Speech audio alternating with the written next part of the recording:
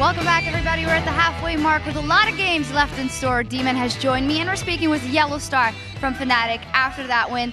And there's a lot of things to talk about, especially in picks and bans. But let me first ask you generally what you wanted out of picks and bans.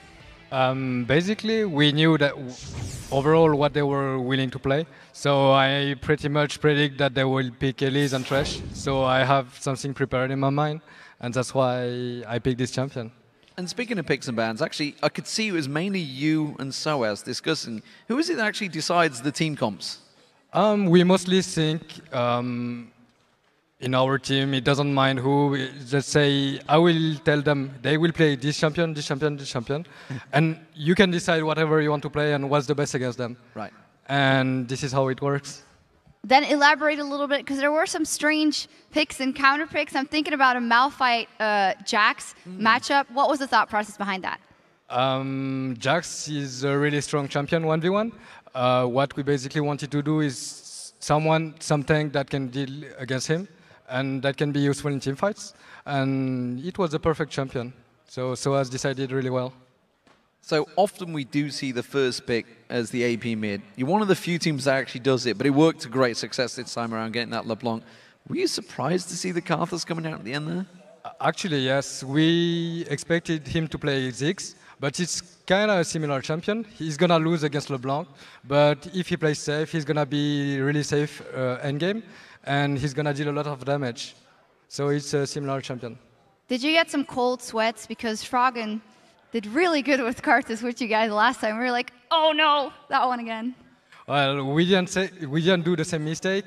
Against Froggen, he got unnecessary kills, so he could manage to snowball from that. And this time we were playing more safe, and it was cool. So how's the overall morale in the team? I mean, we were talking about at the start of the game. Over the last 10 games, it was 1 win, 9 losses. It's not great, but now you've had 2 wins. Technically 2 wins, 1 loss. I think you could look at it that way. That's a bit nicer. Yeah. Well, when we started to lose like 5, 6, 7, 8 lose in a row, it doesn't really matter. We are like, well, we can only do better. And we are just playing with less pressure. And then we just focus on our game and trying to fix our mistakes. It takes a lot of time, but now we are kind of confident again. Yeah, because you guys actually did really well. Also, yesterday versus the Copenhagen Wolves, was that a dangerous tipping point? Because I can imagine if you lose such a close game, that it might go bad with the morale because of it. No, obviously, we just keep our heads up since a lot of weeks. And we know that it was a close game. We could have done way better, but still, we did a good game and they played well. So there is no reason. So I want to take your mind back to, obviously, we're in Super Week. Super Week 1, it was great. You went, what, 4-0. Super Week 2, do you think it's going to go a similar way? You lost, obviously, yesterday, but it looked fantastic against the Copenhagen Wolves. You've picked up a victory here. You've got 2 more games, 1 more today, I believe. Is the pressure on you guys? I mean, how does it develop with Super Weeks for you guys? Is there a lot of work as a team? Do you have to sort of sit through the pinks and bans for ages? Or is it simply a case of, let's just play what falls our way? Okay. Yeah, so Super Week is like a normal LCS week. I mean, we just have to play our matches, we have to do our best, and obviously we try to win. And that's interesting you say that, because I distinctly remember the likes of Skara sort of talking about how hard Super Weeks are on teams, but you guys feel it's actually quite the opposite. Is that what makes it work for you guys when it comes to World Finals? You can just adapt so quickly? Yeah, actually, we just take how it is. I mean, if we have 5 games in a row, we'll play 5 games in a row. If not, then we just play how it is. How is it maybe going on that with the fatigue as to playing? Because we heard a lot of players who've been around the scene for a long time who say, you know, it kind of wears on you if you're playing for such a long time. We also see it reflected that a lot of people that are just coming in the league are doing very, very well. Is that something, a sentiment you share? No.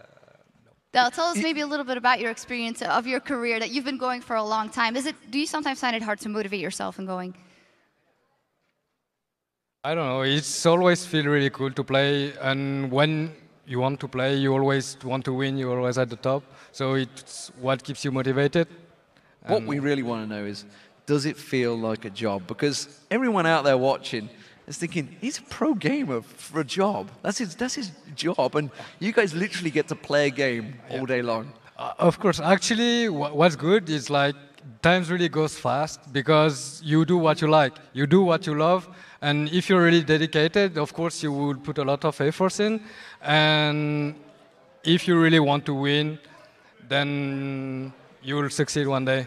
And we saw the other day, obviously, Tabs, he plays the piano, likes to get out and stress. Is there anything in the Fnatic household that you guys like to do as either a team or just individually just got a different hobby away from League? Yeah, we try to do extra activities outside of the game because obviously playing go out, we party, we take some free time, go to the gym, and yeah, this is how it is. We are just normal person, we're young, and we want to have fun, of course.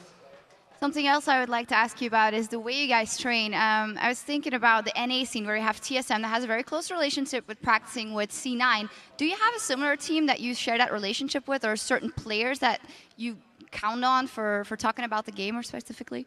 Not really, because if you tend to practice against one team only, you'll get used to them, and it's good to have a variety, and so you get to play against a lot of different playstyles, so you can adapt to any situation, and it's really cool. And speaking of that variety, is it just LCS teams? Because I remember you guys were practicing like so Cloud9 back in the day, NIP are probably in there, because there's a lot of good challenger teams coming through the scene now. Yeah, I think there is a lot of amateur teams that have a really good level, and I believe that they have a really good potential to get in the LCS next season. So we practice against every team that is strong for us. When you look at that league, and you mentioned that there are a lot of strong teams knocking at the door of the teams that are now at the bottom of the standings, can we get a little prediction of how you think the league will go? Or I cannot say, but as I know, Millennium is really far behind in the bottom. But they managed to play a really good game against Rocket yesterday, so I believe that they can still come back, obviously. And you're playing against Millennium later in the day. How do you think that matchup's going to go? How strong is their bottom lane? I think they are really solid, but if we manage to play Reckless and me really well, and we do no mistake, we'll probably win. All right, well, thank you very much, Yellow Star. Congratulations once again. Good luck later as well.